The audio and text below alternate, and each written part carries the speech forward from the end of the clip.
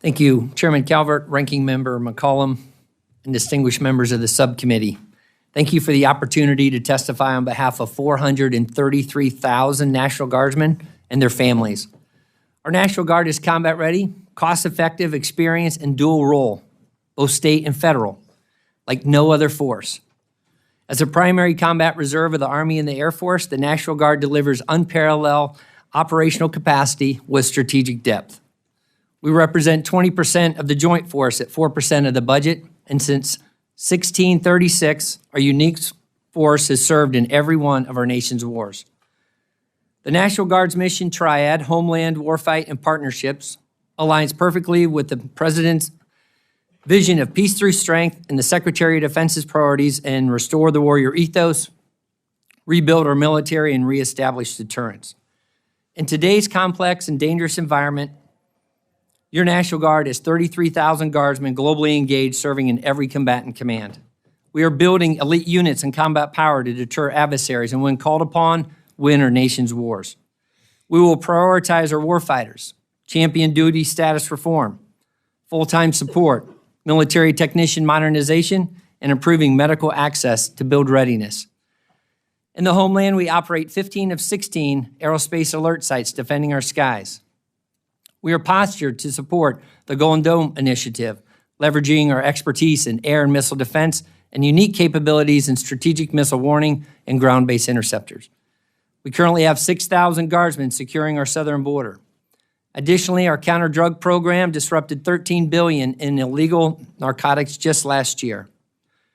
And in disaster response, the National Guard responded to 6 hurricanes and 62,000 wildfires, supporting our communities, saving countless lives. To sustain this ability, investments in foundational readiness accounts such as flying hours, facility sustainment, restoration and modernization, weapon system sustainment, and base operating support are critical to rebuilding our military. As a warfighting force, the National Guard provides 40% of the Army and 30% of the Air Force's operational forces.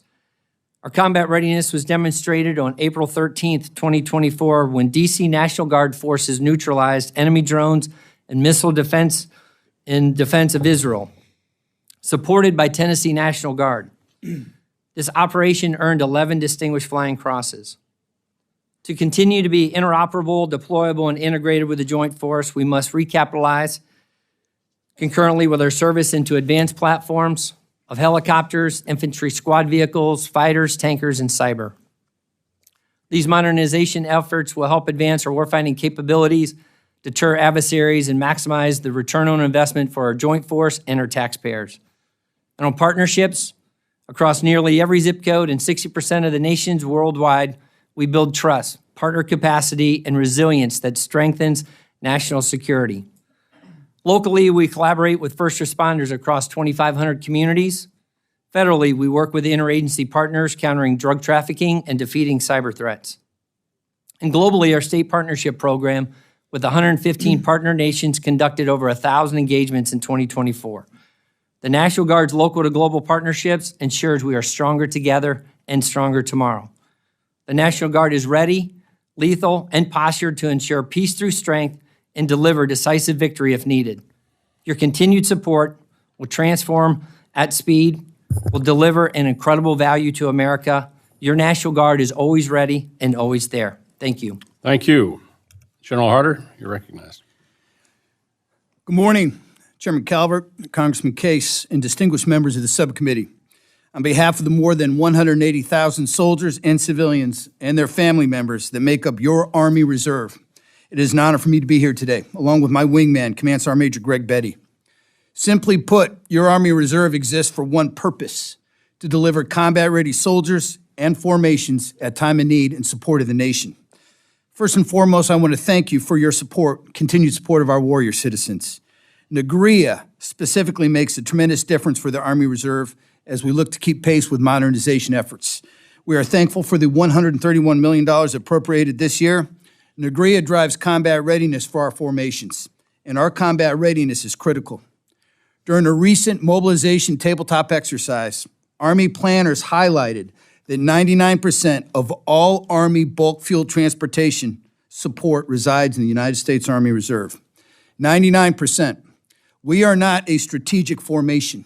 We are an operational force by design and necessity. We are the enabling force for the joint fight.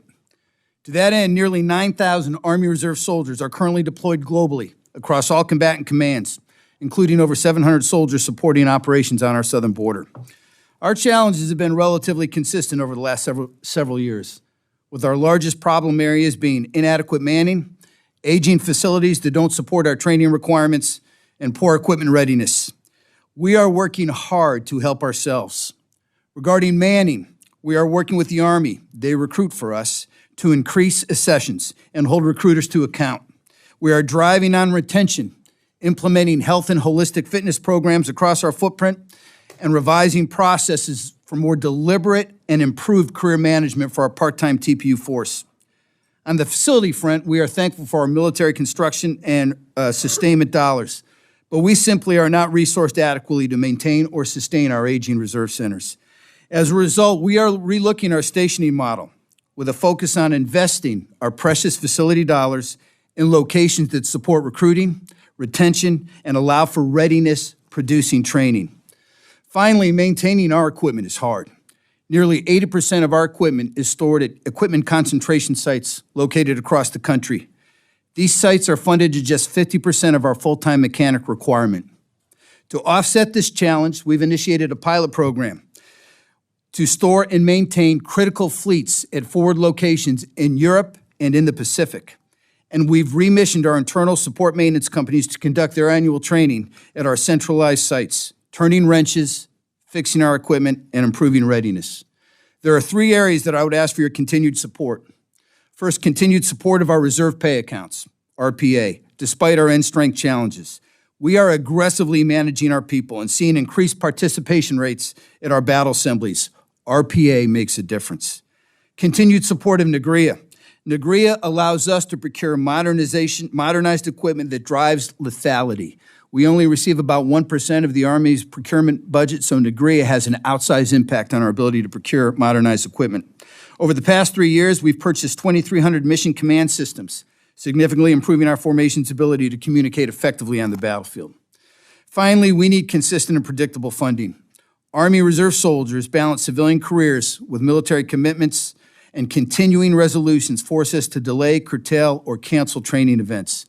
Predictability is essential for our soldiers, their family members, and their civilian employers. So I ask for your continued support. Again, thank you for the opportunity to be here, and I look forward to answering your questions. Thank you, General. Admiral Lacore, you're recognized. Good morning, Chairman Calvert, Congressman Case, and distinguished members of the subcommittee. For 110 years, the Navy Reserve has provided strategic depth for the fleet to deter aggression and, when required, to prevail in combat. We are a globally deployable and operationally relevant force integrated into operations on the southern border and filling critical gaps at sea. Thank you for the opportunity to address you on this force of which I am extremely proud. And with me today is Force Master Chief Tracy Hunt, who, in keeping with his title, has been a forceful advocate for Navy Reserve sailors. He will retire in July after 36 years of exceptional service. Over the past few months, Reserve C-130 crews transported thousands of pounds of ordnance into the Red Sea fight, keeping our ships on station, intercepting Houthi missiles, conducting precision strikes, and safeguarding global commerce. When the fleet needs logistics, whether to deliver firepower or staying power, the Navy Reserve answers the call. Warfighting readiness is priority 1 for the Navy Reserve. As such, every drill weekend, annual training, exercise, and training dollar is focused on generating warfighting readiness. It's an all-hands effort underwritten by our sailors, civilians, and their families. In April, the Navy Reserve officially met our authorized end strength for the first time since 2020, result of an exceptional recruiting effort combined with high retention.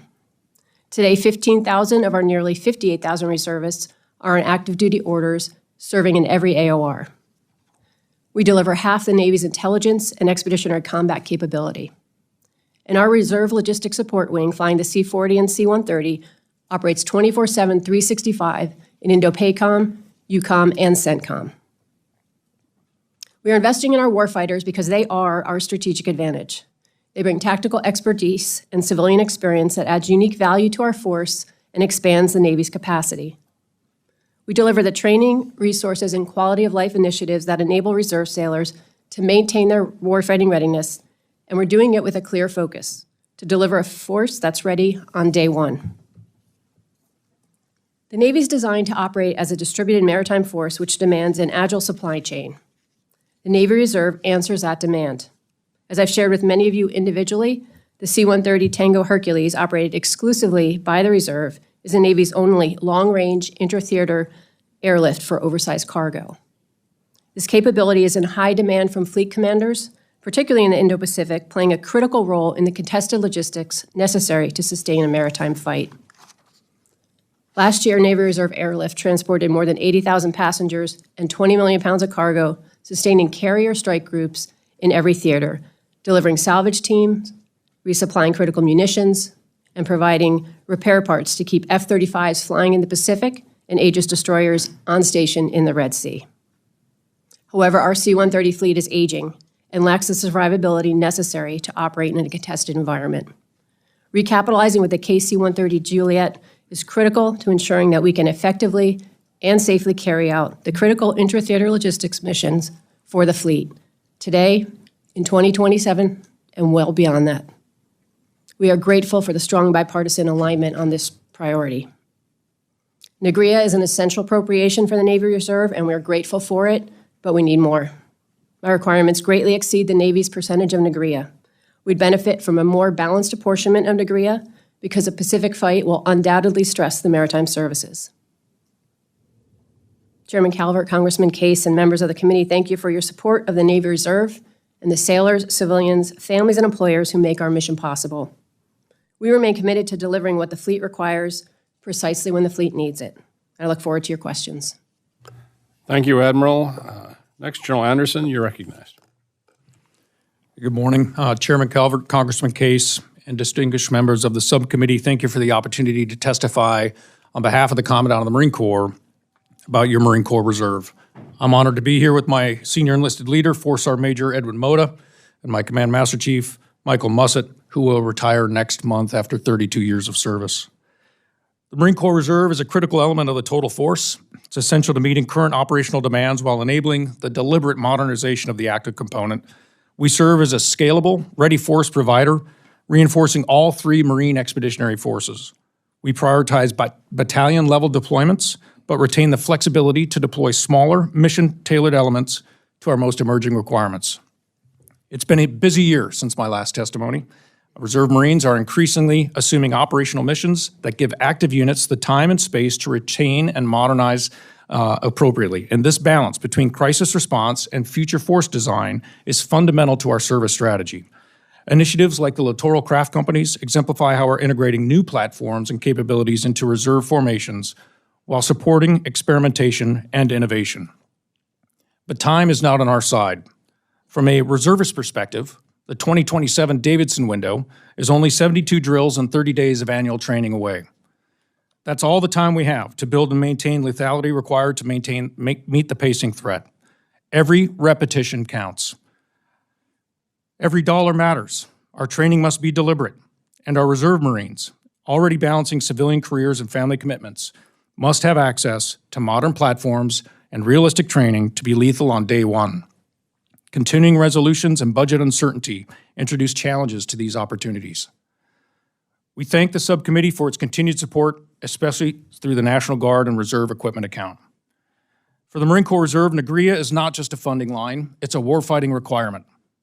These funds allow us to field and sustain the platforms, communication systems, and equipment that Marines need to train as they fight. NGRIA enables reserve forces to integrate with active forces by equipping them with modern capabilities at pace. And with a 99% execution rate across recent fiscal years, the Marine Corps Reserve has proven its ability to execute with discipline and speed while maintaining our service's clean audit. The Commandant has made clear that fully leveraging the reserve component is one of our top priorities. Reserve Marines bring unmatched depth, resilience, and asymmetric advantage to the fight. With your continued support, they will remain not only a force in readiness, but a force in consequence. Thank you, and I look forward to your questions. Thank you, General. General Healy, you're recognized. Chairman Calvert, Congressman Case, distinguished members of the subcommittee, on behalf of the 67,000 members, men and women of the Air Force Reserve, it's an honor for me to be here today with my senior enlisted advisor, Chief Master Sergeant Israel Nunez. The Air Force Reserve embodies warrior ethos through operational capability, strategic depth, and surge capacity across every core mission, both overseas and here at home. With a 72-hour response time proven, we are always ready. Whether it's combat operations, hurricane hunting, or fighting wildfires from the air, we're supporting federal, state, and local agencies ensuring the safety of our citizens here at home. From those citizens, we recruit and train from the best our nation has to offer, holding them accountable to uncompromising standards. If properly resourced, citizen airmen are the cost-efficient solution to the DAF, providing more Air Force. We operate our installations 28 days a month with just 25% of our force. Compared to our active duty counterparts, we deliver mission-ready airmen for only 30 cents on the dollar. We are efficient, we are accessible, we're experienced, and we are lethal. The flying hour program is at the foundation of our mission readiness and lethality. However, the $145 million ONN mark in the full-year CR left us $26 million in the hole. Flying our required plan will likely exhaust program funding by early September, putting aircrew proficiency at risk. Our FY26 budget request outlines flying hour requirements to train agile, combat-ready aircrew. The best operators need the best equipment, though, so thank you for the $132 million in Ingria this year, but our readiness still remains at risk. Disproportionate Air Force Reserve legacy aircraft divestment without programmed recapitalization fails to provide equipment parity. By 2030, our CAF portfolio will decrease from a 20-year average of 9% to just 3%. This represents a 44% loss in operational surge capacity, sidelining the world's most experienced Title X fighters. Concurrent and proportional fielding provides significant return on investment through affiliation and retention, but that's not happening. Modernizing platform drives the DoD's competitive advantage to deter Chinese aggression. Strong international relationships underpin deterrence. In the past year, we've established the Reserve Allies and Partners Program, RAP, to formalize international partnerships and conducted 28 bilateral engagements with 19 partner nations. We're building partner capacity through key leader and mill-to-mill engagements, deliberately planned exercises, and force development. Our allies and partners' interest in the Air Force Reserve Integrated Base Defense and a professionalized NCO Corps helps build successful global partnerships and serves as a powerful deterrent. Thank you for the opportunity to appear before you today and for your continued support of the Air Force Reserve, our citizen airmen and their families, and I look forward to your questions. Thank you, General. And I'll start the questioning, and then we'll go down through the members.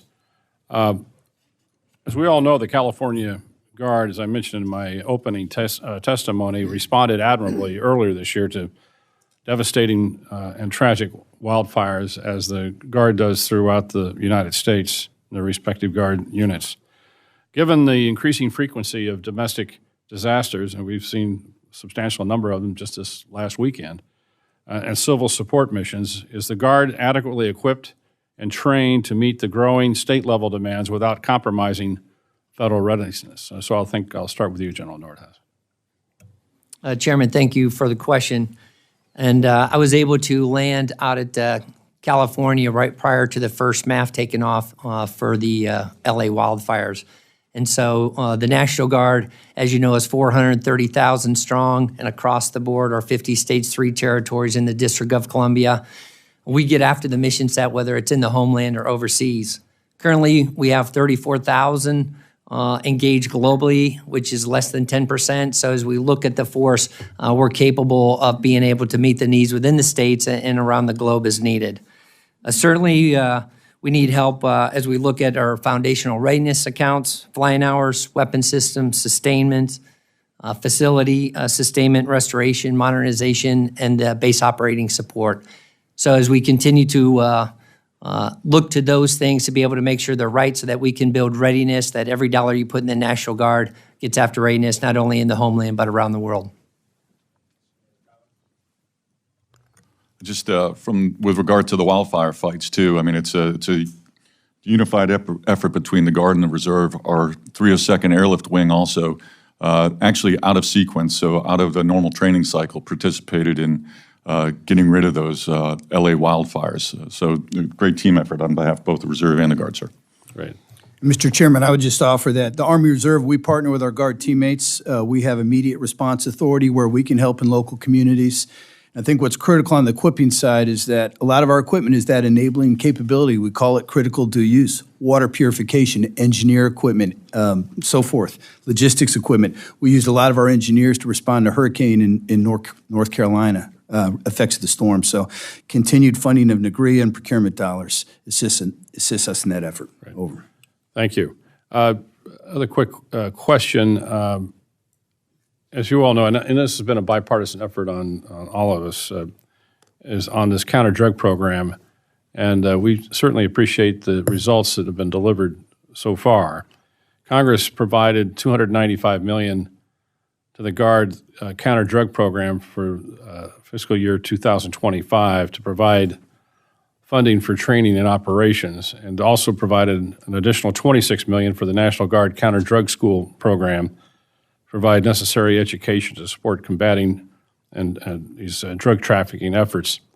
General Nordhaus, how can the National Guard best utilize these resources to address this fentanyl crisis? As we're obviously it is terrible, killing hundreds of thousands of Americans. Mr. Chairman, thank you for highlighting this incredible situation that we have to make sure we're laser focused on all the time. And I want to thank Congress for all the funds that go into counter-drug. Each year, the counter-drug program is across the states, and they build those counter-drug programs to use every dollar to get after helping local law enforcement and others take drugs off the street. As I mentioned in my opening statement, last year, $13 billion was credited with some help from the National Guard in taking that off the street. And I can only imagine how many lives that saved and families that were able to not have fentanyl or another drug hurt them. 67,000 local law enforcement agents were also trained through the 5 counter-drug schools through the funding that the counter-drug program. We can never take our eye off the ball. We have to keep getting better each year. We do lessons learned. We continue to take those lessons learned and push those out across the 54. And then each year we're looking at where the dynamics are changing and where drugs are being pushed from maybe one state to another state, or there's more pressure. And then we move that money to make sure that we get the right resources to the right place at the right time. Thank you. Any other comments? Mr. Case. Thank you, Mr. Chair. And to each of you, thank you for your service and for that of the hundreds of thousands that you represent. I want to focus on what Ranking Member McCollum said in her opening statement. She said, quote unquote, that the fiscal year 2026 budget process is off to a very rough start, and it could get a lot rougher as we look out over the budget horizon. As she said, there are rumors that we won't get a full budget until June. There's also the concern that we would be required in this subcommittee and full committee to mark up before any effective oversight of the full budget. And there are even some concerns that some in the administration would prefer that the normal budget process not occur this year and move into another CR, which I think and hope we would all agree would be a disaster. And so from our perspective, we are in the discharge of our oversight responsibilities essentially having to shoot in the dark at oversight right now and do predictive oversight without knowing exactly what we're overseeing. And so that forces us into trying to get the information from you that you're in the middle of deliberating inside the Department of Defense right now, and to understand what the issues are that you are facing with HCR, because as we stand here today, since we are in a full year CR, we are in a situation where essentially the information and the decisions that we're being asked to make right now are 2 years old. That's the last time we did effective oversight on a decision that was actually reflected in a full budget. So I'm just going to go right down the line here and ask each of you, what are the principal issues that you are dealing with right now in the budget that we can start to get a handle on before we have a full budget, before we have full information, and especially if we do not have the opportunity to provide full oversight before we have to make major decisions in this subcommittee. General Nordhaus, what is the biggest issue you're facing today? Congressman, First, I'd like to thank Congress for adding some adds in the year-long CR with SPP and GRIA and our full-time manning to be able to use those in FY25. Certainly on the readiness accounts, the foundation, it's every part of readiness. So every dollar you put in that we can put a mechanic out on the flight line to be able to get helicopters or the machines that we operate to get after readiness is critical. Weapon system sustainment as well on parts, those dollars matter. So whatever we can do to increase that capability along those lines. And then on the modernization, as we talk about fighters and tankers and cyber, those are all critical as we go into the future along with what we're doing with the Army. And then lastly, for our warfighters, there are things that we can do in the future, whether it's duty status reform, full-time support, or mil-tech modernization that can have a big impact as we go forward into the next year. Thanks, Thank Congressman. you. Admiral Lacore. Biggest budget issues you're facing right now? Thank you. Sir, Congressman, I think the biggest issue for us related to people is the predictability and being able to get reservists on orders. It impacts not just morale, but it impacts readiness. When we're not able, they can't commit to their civilian employer and they take time off from their civilian employer, and then we can't come through with the orders. So that is a big one as far as the people go. As far as equipment, we're very grateful for the ads we've gotten in 24 and 25 for the C-130, because as you heard, the C-130 is our #1 equipment priority. And we are behind glide slope for that recapitalization effort. So those are our thank biggest you. impacts. I'm sorry I'm doing this fast, but I need to get through all of you. General Harter. Yes, sir. Biggest issue really two, the reserve pay accounts. So that runs across our formation as far as getting our soldiers' orders cut, getting them to training exercises. We have some big training exercises coming up. We're looking at how do we manage that. And then it gets to Class 9 repair parts for our equipment, because that's all budgeted for, and how do we order that? So those are the two biggest issues, followed closely by military construction and sustainment of our facilities. That's where we're looking close. General Hanson. Yes, thank you, sir. I echo the thanks on including degree in this year's CR. That was certainly beneficial. But for us, we had to reduce our reenlistment incentives for the remainder of this fiscal year as a #1 impact. And then I think second, as we lose our operational funds, not only for the reserve component, but on the active component in the Marine Corps, our exercises are minimized, which gives us less time to train with our active component forces like we're going to do when we're in the first island chain. Thank you. And General Healy. Sir, echoing much of what's been already said, the predictability and stability of being able to pay our participants is one of the biggest factors. With the O&M accounts, as I mentioned in my opening statement, we're going to be $26 million short of flying out our flying hours this year. So we're working, trying to figure that out. In addition, quarterly authority during a CR doesn't work well with weapon system sustainment when you've got large ticket items like $62 million to put a B-52 into periodic depot maintenance. So those continue to be challenges as we go forward. Thank you very much. And let me concur with Mr. Case. None of us like CRs, and so obviously we're looking toward the administration to get us numbers as quickly as possible. Any advice that you can give to folks, that would be appreciated. Mr. Diaz-Balart. Thank you very much, Mr. Chairman. This has been helpful. And to echo what the chairman said, we hate CRs. They're devastating.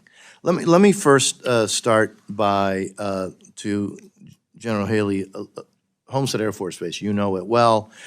We have state-sponsored terrorism just 90 miles away from the United States. We have all of the humanitarian issues that continually arise in the hemisphere, and yet the airplanes there are, we have 28 Block 30s that my staff actually reminded me that they first rolled off a production line the same year that IBM unveiled its first laptop. And it's insane. And so is there a formalized plan for replacing those F-16s at Homestead Air Force Base? And if not, what do we need to do to try to kind of move that in the right direction, General? Well, sir, I appreciate the question, and Homestead has certainly got a place in my heart. We're going to plan on using that for our first deployable combat wing. The men and women of the 482nd Fighter Wing are leading the charge for the Air Force Reserve, getting after that. With regards to the plan, the current program record only has the F-16s, pre-blocks, as you mentioned, Block 30s, only funded through FY27. There is no program record beyond that to date.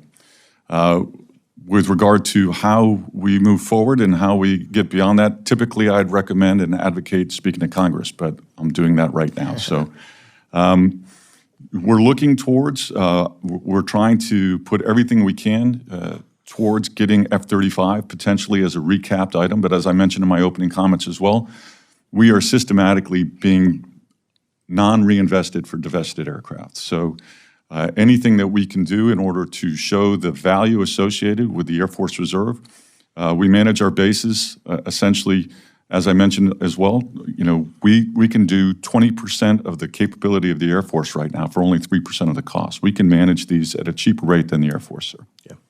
And I'll follow up with you, Mr. Chairman, about that at a later date. Let me also just now throw the time that I have another question to all of you, and the issue is recruitment. And how are you all doing with recruitment? Is there something that we could be doing to assist in recruitment? And we've already heard about your kind of financial crunches, but what else could we do, and how are you doing in general? And whoever wants to, if you all want to kind of just briefly touch on that.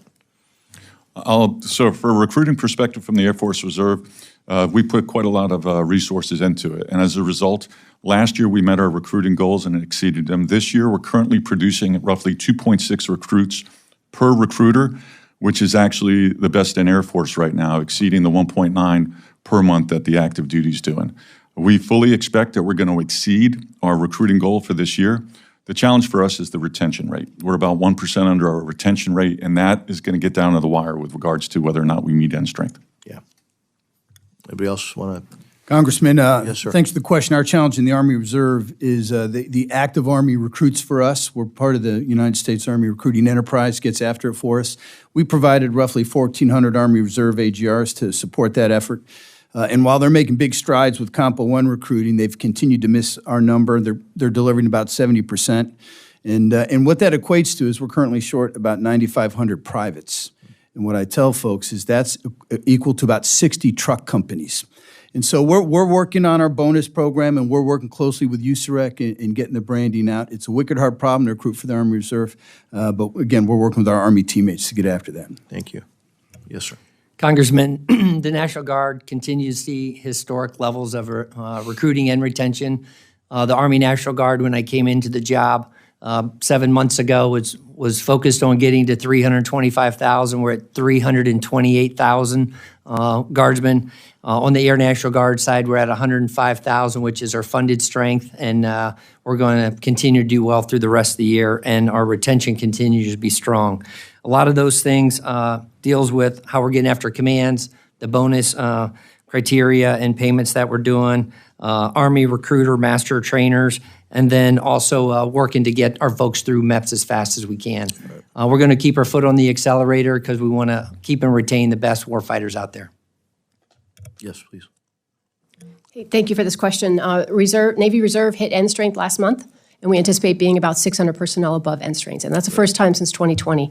And we attribute a lot of that to our recruiting effort by which we established a Navy Recruiting Reserve Command. So we own the prior service mission now. So we are responsible for recruiting folks off active duty. Great. Which has gone a long way. And if the chairman will allow just a few more seconds. Yes.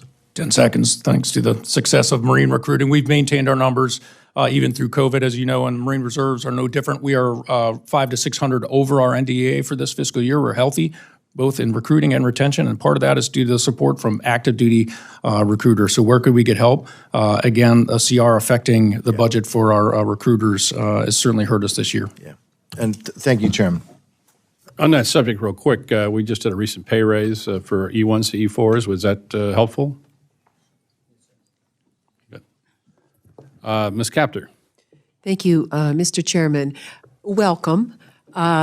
You are always welcome here on both sides of the aisle, and we are very proud of you, and we are proud of your service and those under your command, your service to our country and to liberty.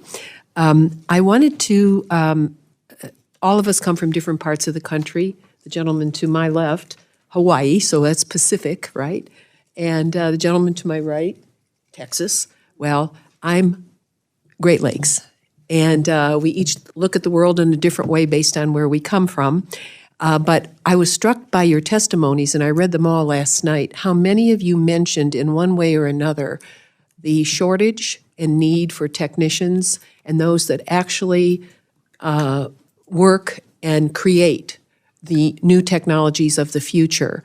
And General Nordhaus, when we spoke recently, I was struck by something you said related to the guard base in my region, the 180th Fighter Wing, you know well. It's because of the maintainers. You said, if I'm quoting you correctly, that the unit scored as high as it did. Is that a correct quote? Am I quoting you correctly on that?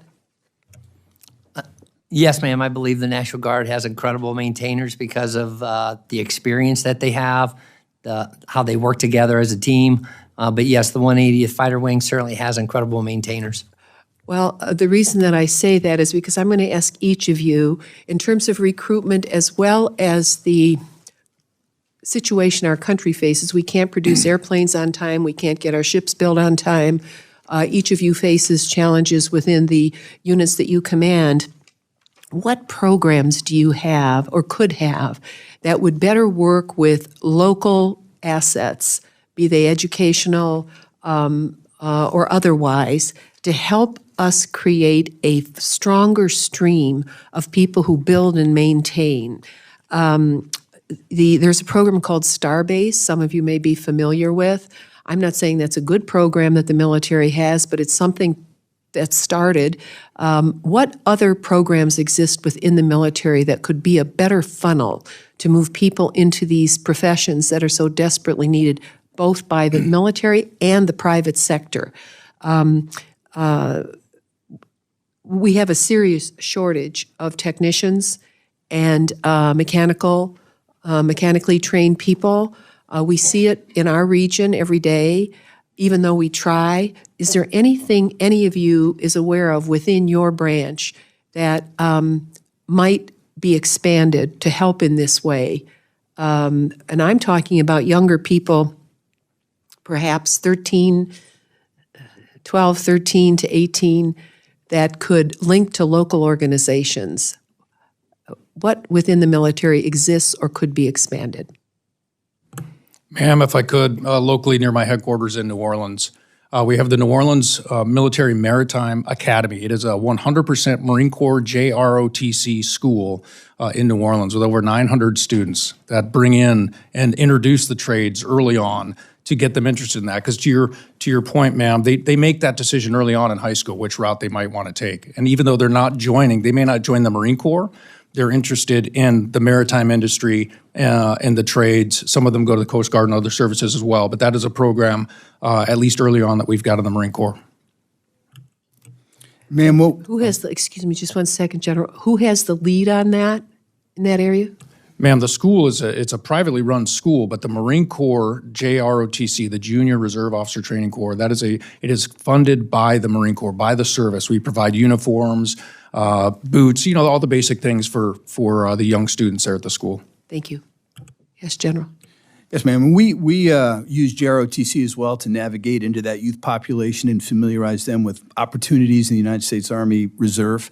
I will tell you, just like in Toledo, though, in the Army Reserve, we have our private-public partnership program where we reach out into communities and we try to orient, youth that want to join to opportunities in the Army Reserve, specifically in the technician area. We're doing a hiring fair actually in Toledo in September where we'll illustrate, hey, here are some of the technician mechanic jobs we need. We're only funded to 50% of our requirement. We have a lot of shortages. You join the Army Reserve, become a great American soldier, we get you trained up. So we'll continue to drive on that. We'll follow up on that. Yes, General? Junior ROTC, just the same. That's run by the Active Duty Air Force Air Education and Training Command. And then it gets down to the individual bases that we're at for community outreach within their any programs that they have in the local community, ma'am. Thank you. Congresswoman Capter, one thing I did in a previous job down at Conner 1st Air Force was Civil Air Patrol. And so that's another thing that Civil Air Patrol goes across from the Air Force. And then, as you know, our guardsmen and from each of the reserve component here, we work out in the community. So I think it's about getting the word out across the board about what we do and how we do it, and then continue to recruit and retain the best and the brightest. Thank you. Thank the gentlelady. Mr. Womack. Thank you, Mr. Chairman, and to the generals, Admiral, thank you for being here today. One of my favorite topics, the reserve components. And it's no surprise that when issues regarding the Guard and Reserve come up in this subcommittee, that a lot of heads look in my direction because of my experience down through the years with the National Guard. I want to ask General Nordhaus about the state partnership program.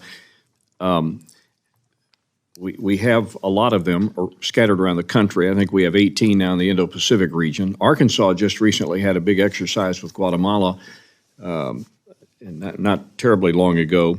And I personally believe these SPP programs are just really important. And it's a two-way street. It's good for the state. It's also good for the host nation. What are your thoughts about expansion and what budget constraints could impact our ability, particularly as we look to the Indo-Pacific region? Congressman, thank you for the incredible question and the funding across the board. I want to thank Congress for state partnership funding. As we look to the future, right now we have 115 partners around the globe. 60% of the nations are partnered with a state partner. And last year we did 1,000 engagements at 1% of the theater security cooperation budget. Like you talked about, whether it's the Indo-PACOM, I just recently went out to Timor-Leste with Rhode Island. Their partnership's only 3 years old, and they're with the latest democracy on the planet in Timor-Leste.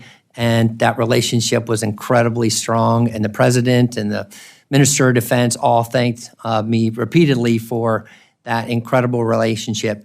Then I met with Hawaii and Guam when I was over there, and also saw their incredible partnership with the Philippines.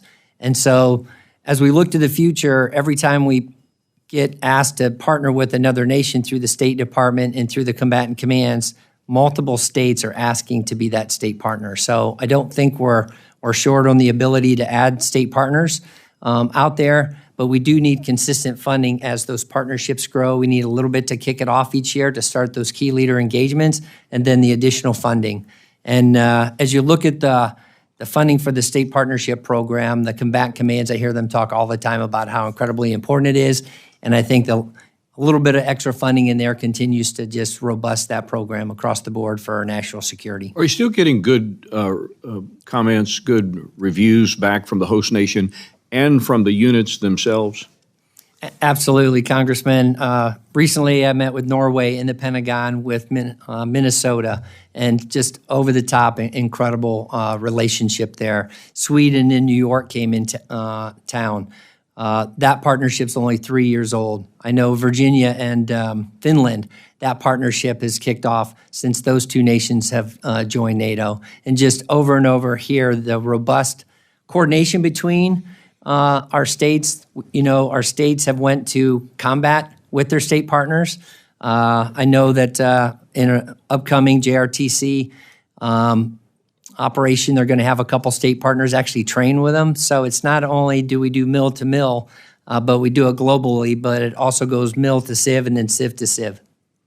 Another question, budget-related question. I've had some concerns about constraints on the budget and the impact it could have on our ability to get units to the combat training centers or to the exportable combat training centers. Is that a concern? Is this something that, I mean, I consider these combat center rotations to be very important to our readiness, and I would assume that you would agree that for the reserve component, it's no different. Congressman, certainly the CTC rotations that we do are critical to our readiness each year. And this year we're doing 2, and we're going to do 1 ex-CTC. And then while that contract is expiring, we're going to go to CRC, so they're combat readiness exercises. And they're going to be 15-day deployments where we're doing force-on-force and getting after large-scale combat employment operations. As I talked to Lieutenant General Stubbs, our Director of the Army National Guard, he thinks there's great opportunity here and that we're going to find a good training, and that'll make us more lethal and more ready for the warfight if we're called upon. Yeah, thank you. You referenced John Stubbs. For the benefit of my colleagues up here, a long, long time ago, when I was a battalion commander, John Stubbs was one of my lieutenants. And since that time, he has become the Adjutant General for the great state of Arkansas and now the Director of the Army Guard. We're very, very proud of him, and I'm assuming you're getting your money's worth from his service. Absolutely, Congressman. Yeah, that doesn't surprise me. Yes, sir. I thank the gentleman. Mr. Cuellar. Thank you, Mr. Chairman, and I want to thank all of y'all for your service and the men and women that work along yourselves.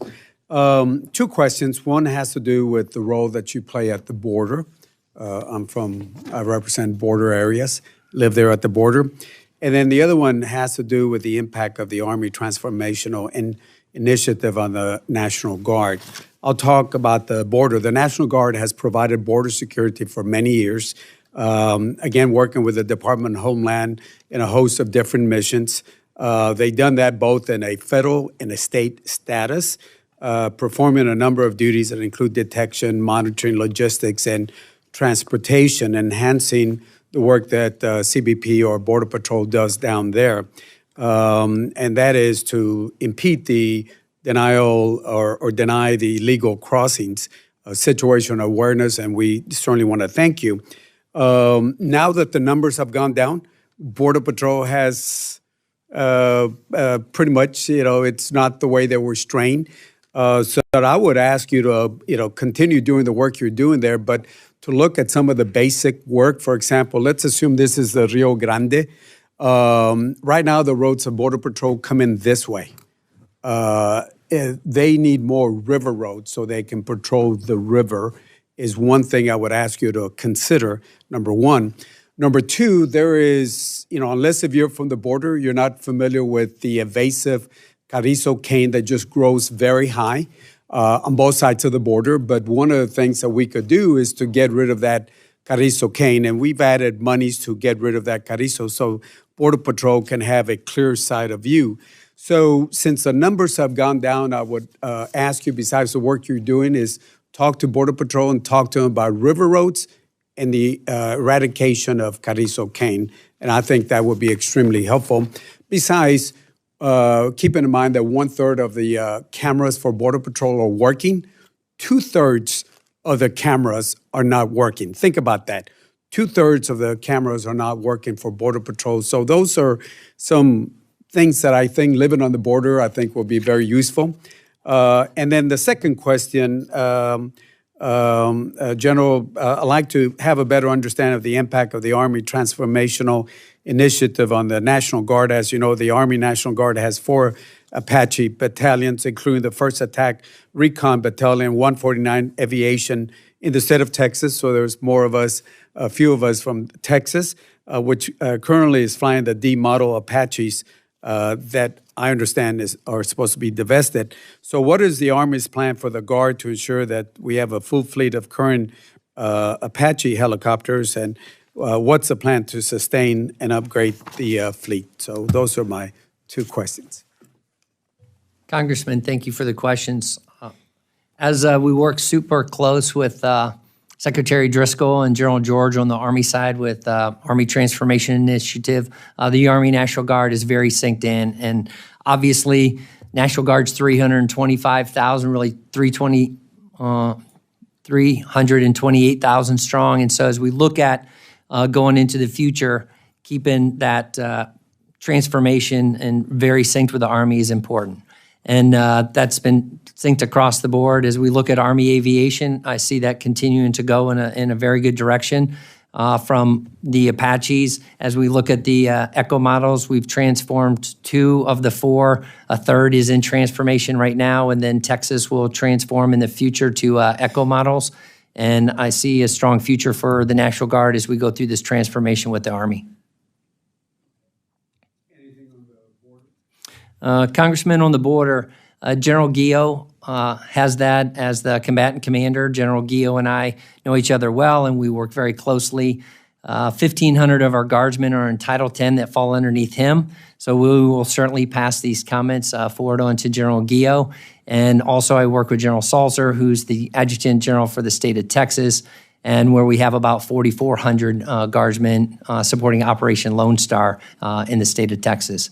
And so I've been down to the border twice to see our troops down there and how they're getting after the mission to seal the border. Yeah, and when the numbers were high coming in from the Border Patrol needed help in logistics, transportation, and all that. The numbers have gone down tremendously. In fact, in the Laredo sector, a day we get maybe 30, maybe 40 individuals. And so across the board, the numbers are gone. So the logistics, the intelligence, and all that is very important. But I would ask you, again, everybody looks at the shiny objects. It's the basic things that should be done at the border that will have long-term effects. The river roads, imagine the river right here. The roads run this way, not this way. And the Carrizo cane, they grow almost as high as this, ceiling. And again, they're on both sides. I'm just talking about the US side. Just clearing that up will provide a better view from cameras, eyesight, horse patrols by Border Patrol. So I would just ask all of y'all, whoever's involved in this, just to pass that on. And I've talked to the general on this, but I think it's important that we keep the basics in mind. With that, I want to thank all of y'all for the work that y'all do and thank the men and women that serve with y'all. Thank you. Thanks, Congressman. Thank the gentleman. Mr. Fleischman. Thank you, Mr. Chairman, and I'd like to thank each and every one of you all for your service and your dedication, your excellence, and for your time here today. I'd like to especially thank Lieutenant General Harter for taking time to come and visit us in our office with your great staff yesterday and meeting with my staff. Very helpful and insightful, sir. Thank you. I've got a couple of questions, so I'm going to try to condense this a bit. First question's on the tanker fleet. As you know, I'm from the great state of Tennessee. Tennessee's 134th Air Refueling Wing was rightfully honored for their role in Operation True Promise. I believe 11 Air Guardsmen were awarded the Distinguished Flying Cross for their service. Just truly, truly outstanding. The Navy's current tanker, the KC-130T, has a mission-capable rate of about 30% and apparently is, quite frankly, not a survivable aircraft in a contested environment. The KC-130T fleet is being recapitalized to the J model, apparently. My question for the Navy and Air National Guard, can you share with this committee your role in logistics sustainment and provide your assessment of our current tanker capacity to sustain protracted conflict in the Pacific? And a follow-up question, the KC-130J and the KC-46 complement each other's roles. Is there a target number between the Air National Guard and the Navy Reserve that would be sufficient to fulfill our projective logistics demands?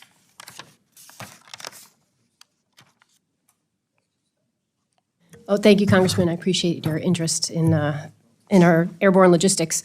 For the Navy, you're right, the KC-130 Tango mission capable rate is not great. It's not where it needs to be. And this is a reserve-only mission that we support the active duty for the intra-theater logistics.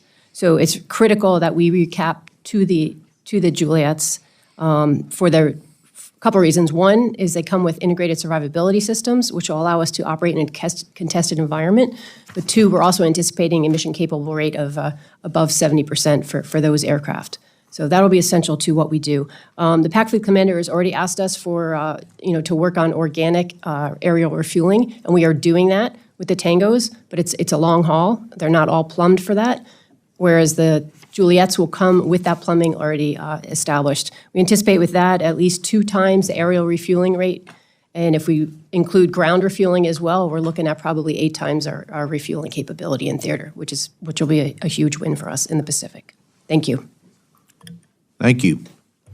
Congressman, as we look at the Air National Guard, and in a previous role, I worked out at NORAD, and as you looked at tankers to support not only the Homeland Defense mission, but then you have the nuclear mission that you need to support, and then you have the other COCOMs. Tankers are an incredibly vital capability and requirement for a nation to be able to do air superiority. The Air National Guard has 36% of the Air Force's air refueling capacity. And so most of that is in the KC-135, which does amazing work, but it's an aging fleet and will need to be able to modernize in the future. The KC-46, as you know, we have several units out there, and MOB 7 will be announced towards the fourth quarter of 2025. And we look forward to continuing to modernize in the fleet in coordination with the Air Force as we go forward. Thank you. Thank you both. Now a question about the Army Reserve's role in Pacific logistics. The Army's fleet of landing craft, logistics support vehicles, and utility vessels play a significant role in the military logistics ecosystem. General Harter, yesterday in my office, you emphasized that the Army Reserve delivers over half the Army's maneuver support capabilities and over 90% of certain key theater-level enablers like sustainment, medical, and engineering. My question, sir, is I'm deeply concerned about the age and size of the Army's watercraft fleet. Can you provide us with your frank assessment on the health of the Army logistics fleet and ability to sustain a war in the Pacific? And what would you prioritize, sir, to improve your capabilities?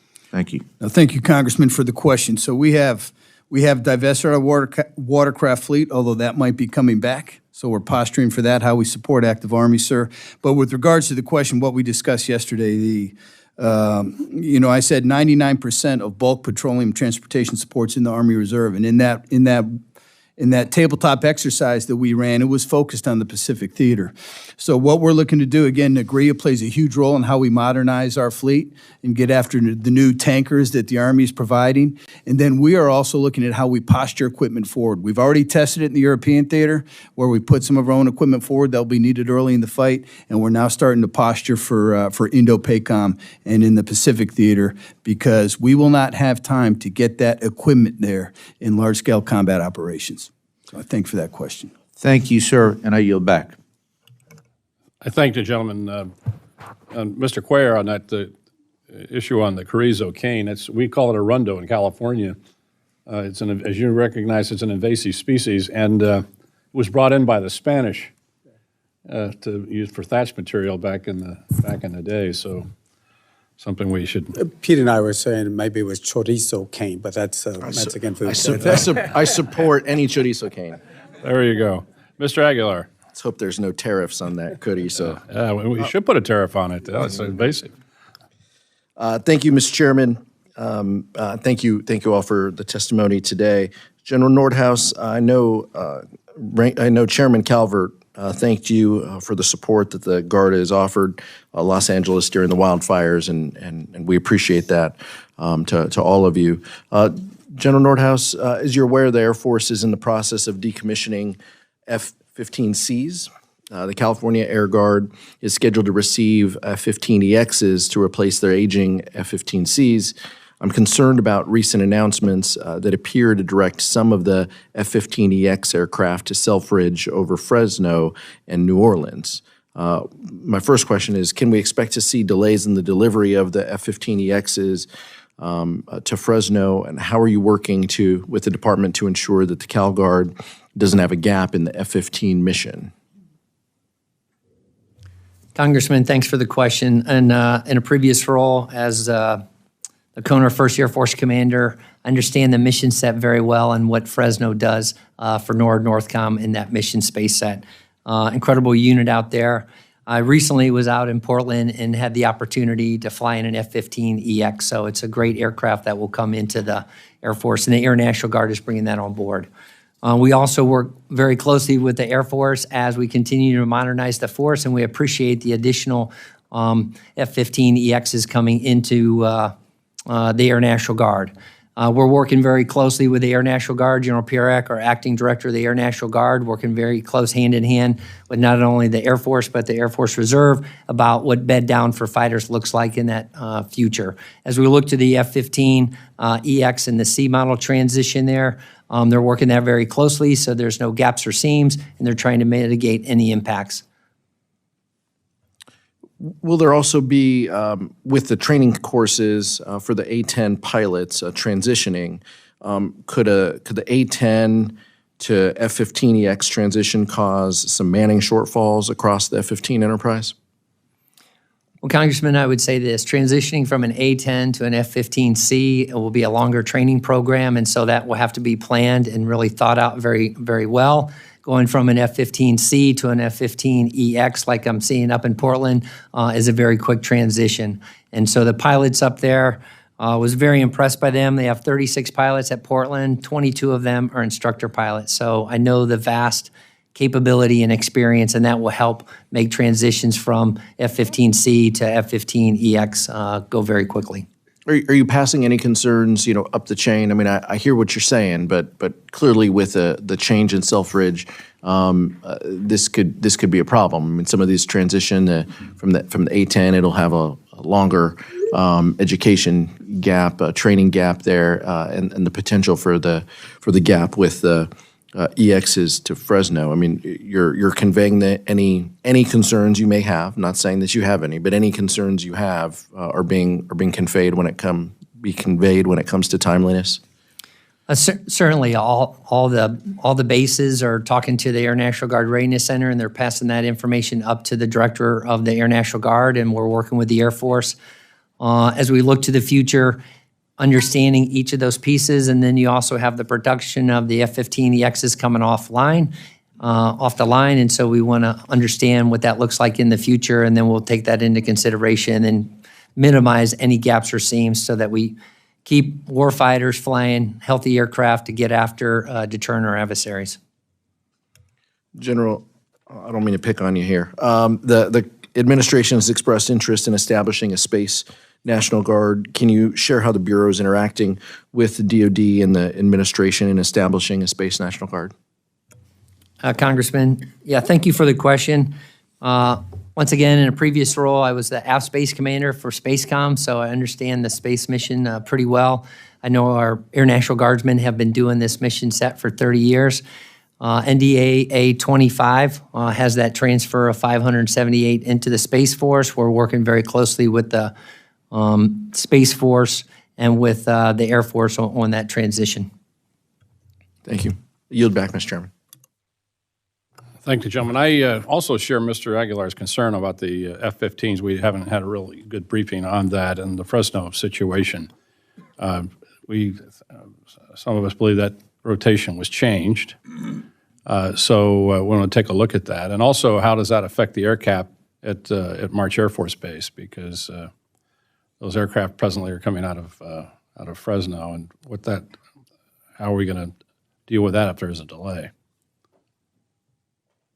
Chairman, thanks for the question. Working with General Guillot, the Air Force, and with the Air National Guard, those are pieces and things that we're going to have to work out and make sure that we have the right aircraft in the right location to be able to do the mission set for Homeland Defense and Homeland Security. And I'm very confident that we'll work out solutions in the future, Chairman. I look forward to working with you on that. Thanks, Chairman. Mr. Rogers. Thank you, Mr. Chairman. Welcome, ladies and gentlemen, to the subcommittee. Let me focus my time on the Army National Guard securing funding for the Gray Eagle drones. Since 2023, Congress has included funds to procure these platforms, and yet here we are, still awaiting a decision from the National Guard Bureau on where they'll be stationed. There is a significant amount of infrastructure work that needs to be done to house the Gray Eagles, and we are at the point where we can't wait anymore. When can we expect a basing decision? When do we expect that'll be made, that decision? And what capability gaps might there be due to these delays? Sir.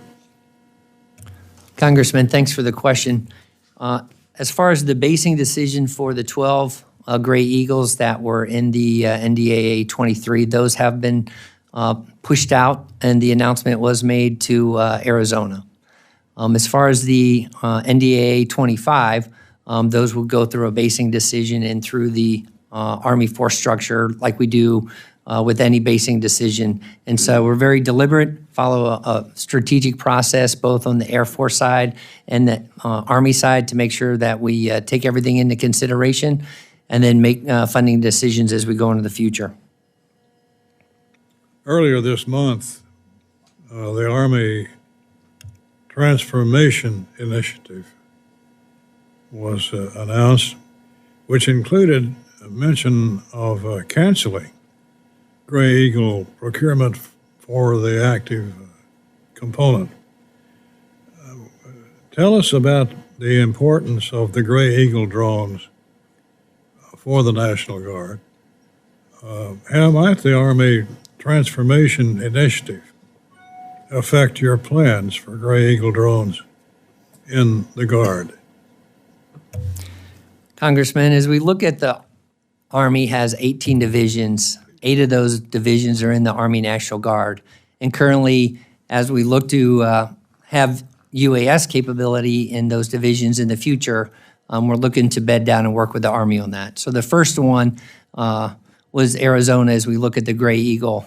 And that will get bedded down over the next, 26, 27 as we take that into the force. And we look forward to learning from that and bringing UASs into the Army National Guard and working with the Army on the future of UASs and the other divisions as we go forward. Well, we'll be keeping an eye on it. Thank you, Congressman. Quickly, let me ask you about deteriorated facilities. You all would probably agree with me in saying that our facilities within the Guard and Reserve are old, deteriorated, lack the modernized infrastructure to support emerging missions such as cyber operations and domestic responses. In Kentucky, the National Guard has been vital in the emergency response to natural disasters. As we speak, the Guard is on active duty in my home county in Kentucky due to heavy tornadoes Friday night. So they serve a very important mission. Despite their indescribable value, there are multiple facilities in my district which are all but obsolete. And yet it seems nearly impossible for National Guard and Reserve units to get the funds necessary to make these much-needed improvements. What is the current backlog of deferred maintenance for National Guard and Reserve facilities, and what percentage of Guard and Reserve facilities fail to meet modern standards? Sir. Congressman, on the National Guard, we have 2,200 armories around 2,000 locations. The average age of our armories are about 48 years old. So every dollar that comes in to get after facility sustainment, restoration, modernization is critical to the National Guard for our readiness and to be able to go forward. As far as the exact rates, I'll have to take those for the record and get those back to you, sir. Well, my time has expired. Thank you, Mr. Chairman. I thank the gentleman, and also share the gentleman's concern regarding the Gray Eagle or the MQ-9. It's been a very effective platform, both for ISR and for combat purposes over the years. I haven't met a combatant command around the world who doesn't want more of them. So it's interesting that the higher up we go the ladder, it seems that the less support, but when you get to the combat areas, they all want them. They all want them badly. So with that, Ms. Lee. Thank you, Mr. Chairman. Thank you all for being here and for your service and leading soldiers in our country. And I wanted to turn to General Healy. In your statement, you touched upon this, that the Air Force Reserve pre-block F-16s at Nellis serving the 706 Aggressor Squadron are being divested. It's not clear what is filling the void at this time. And so can you tell me what the plan is to fill the adversary air requirement at Nellis Air Force Base? And can you also touch on the impact that divestments like this has on the reserve mission, on your ability for the reserve to provide the depth, capacity, and capability? Well, thanks very much, Matt, for the opportunity to answer the question. That's accurate. The 706 is scheduled for divestment. We will be divesting the 19 aircraft pre-block F-16s between October and December of this year. And there is no program of record to replace that right now. So any options available to the Air Force are going to be year of execution funding to either have civilian contract air pick that up at, I would expect, a higher cost, between $12 and $18 million more a year to manage it than our current cost structure for our F-16s there. There's also opportunities that we might be able to use additional aircraft participating using the ranges there to act as aggressors as well. With regard to the impact to it, it's going to be about 88 people that are ops and maintenance folks currently working on the F-16 program that are going to be reprogrammed back into the Air Force Reserve coffers, so to speak, where we have holes. We do have mission for most of them, whether it be CCA and bringing CCAs along, or the RQ-170 programs that are still within that same Nevada area.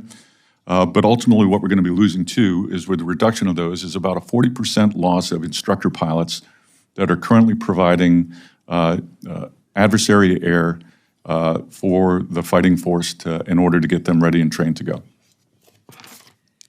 Okay, thank you. I wanted to turn to General Harter. I had the pleasure of visiting our soldiers at the Dunaway Army Reserve Center earlier this year.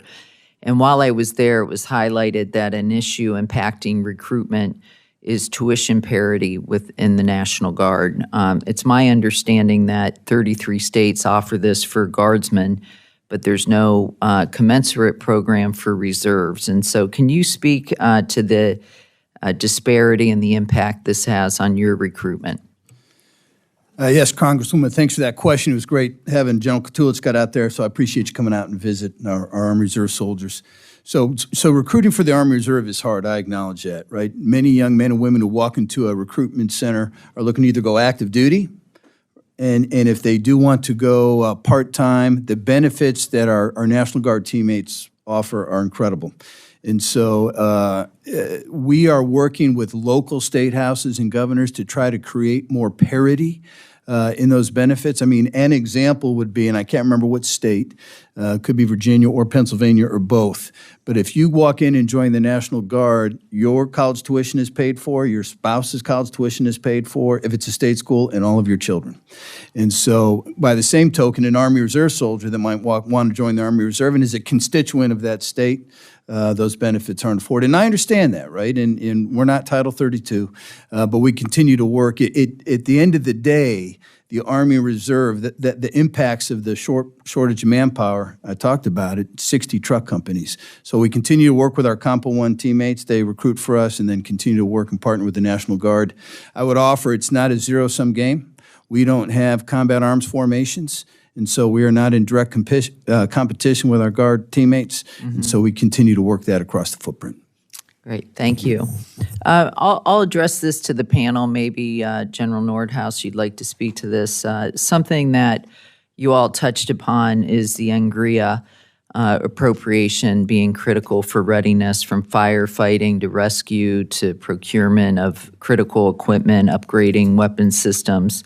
However, we know that the purchasing power of this account has fallen 83% since 2015. I think you touched upon we're sort of at even keel right now, but we still are at a disadvantage there. Can you touch on how critical this funding is, and what level would allow you to achieve your goals?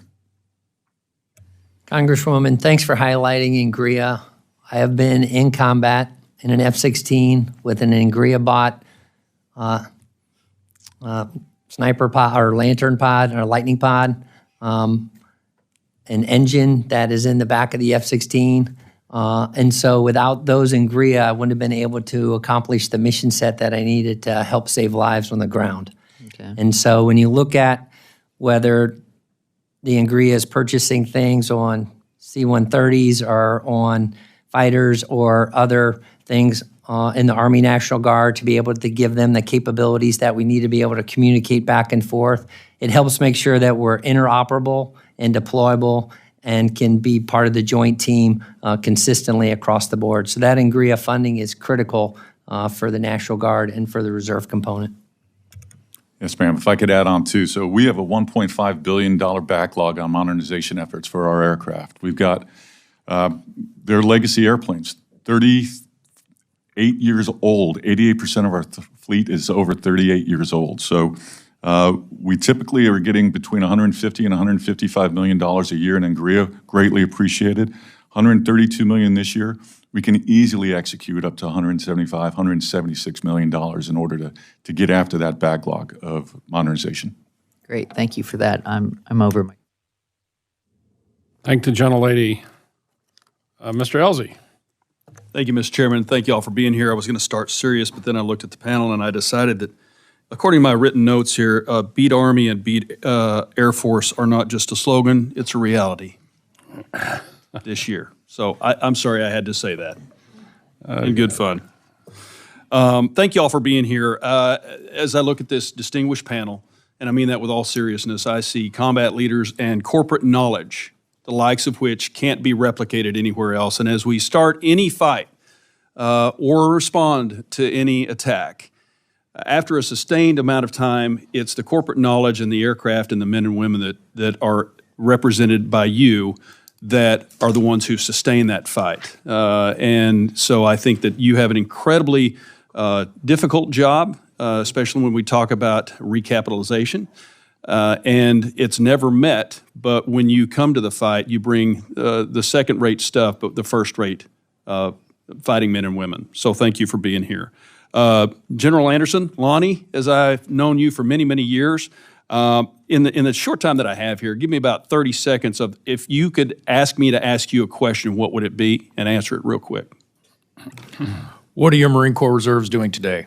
And Congressman, 12% of the Marines deployed forward are reservists today, and that number is going to triple through 2027. So as we continue to prepare for the fight, that's what the Marine Corps Reserve is focused on. And we are part of the total force. Like the chairman mentioned earlier, we are not an afterthought. We are part of the solution. It is not something that we do later. We are forecasted in our deployments out through 2031, so our members can plan, prepare, and be ready for that deployment. That's a perfect answer. Thank you for asking. Yeah, and those folks are dual-hatted. They're doing civilian jobs back at home with families, and then they put on the uniform, as all of you have, and go to the fight. And that's to be commended. And we've relied on that in every fight since Desert Storm and even before. As we talk about the Indo-PACOM, which is usually the first word that comes out as we're talking about China. We talk about contested logistics. The Marine Corps is going to play a very large role in that, but so is contested logistics. Not only means cargo, but it also means tanking. And Admiral Lacore, no slouch yourself in the cockpit. I think that you and I shared the round domes in San Diego at the same time when I was at HS4. We've tried to get you all some recap on your KC-130Js. Talk a little bit about the capabilities of the J versus what you have, you're trying to recap on, and how many you need in fiscal year 26 to accomplish that mission of contested logistics. Thank you, Congressman. Happy to talk about that. As you know, the C-130 is only operating in the reserve, and it provides the Navy's only inter-theater airlift capable of moving oversized cargo. And we're not part-time. We're doing this 24/7, 365 in all the major theaters. We have 27 aircraft right now, the Tangos, with a average age of 34 years and a mission-capable rate of 40%. Recapping to the Juliets will get us, first and foremost, survivability systems, which will allow us to operate in that contested environment, but we're also anticipate a 75% mission-capable rate, which will go a long way. We started this recap journey in 2024, and we're behind glide slope, honestly. The plan was to be at 32 aircraft by 2030. We got 1 in 24, 2 in 25, and we're super grateful for them. But right now, for the out years, and we need to be looking at six per year in order to get us where we need to go. And what are we going to get out of this? A lot.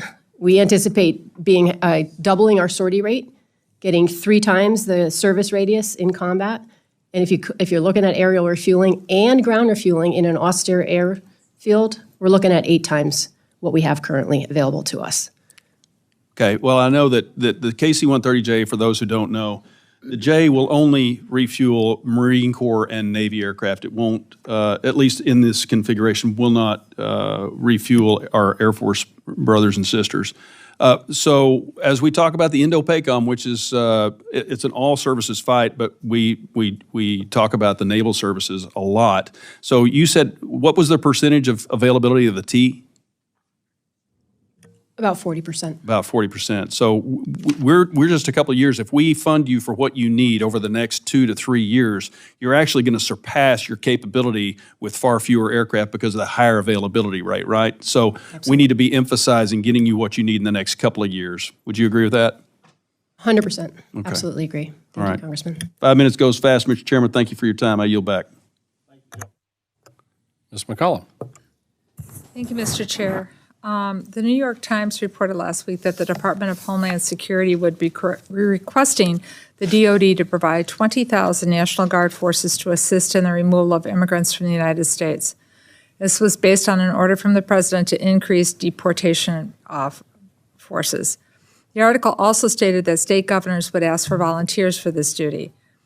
General Nordhaus and Guardsmen will be called up for this mission on the southern border. Are they being called up as law enforcement personnel to assist in the removal of immigrants outside the United States, or both? If they are to be called up for the removal of immigrants, can you share with the committee the following? Where will the Guardsmen be called up? What activities will they be executing? And will law enforcement be among them? So the question becomes, having been a state representative, under what legal authority will the Guardsmen be utilized?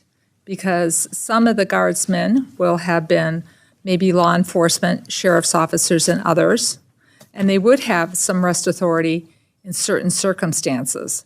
So can you explain how you see law enforcement personnel being used, just folks that maybe don't serve in law enforcement in a regular capacity in their civilian job, and people who are law enforcement in their civilian job, if they will be given different duties or different duties expected of them? Congresswoman, thank you for the question. I do know that the Department of Defense has received a request for assistance. It is just initial into the building and is being staffed. I don't have specific details or how the department will execute on that request for assistance at this time. I do know that the National Guard has supported law enforcement, whether it was in presidential election inauguration 60 or in 59, and multiple times across the states that the National Guard gets trained and ready. We operate under the authorities of either the state and the governor, or operate under authorities from Congress. And so we take those things very seriously, and we make sure that we're following the Constitution, we're following the law, and any policy and guidance. And then that our Guardsmen receive the training and we're put on missions that they know exactly what they need to do, when they need to do it, and how they need to do it. And so we'll be focused on that going forward.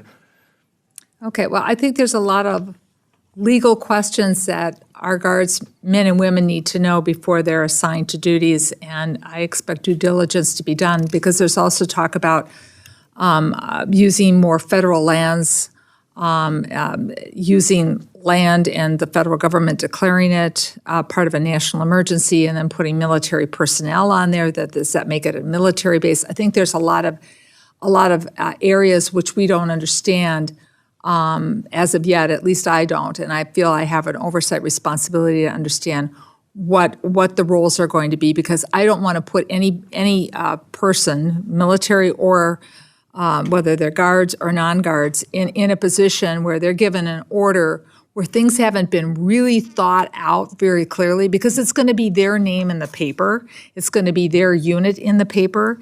And I just want to make sure that we do our due diligence, and when we give them a mission to fulfill, that we have thought of all the legal responsibilities and obligations they have.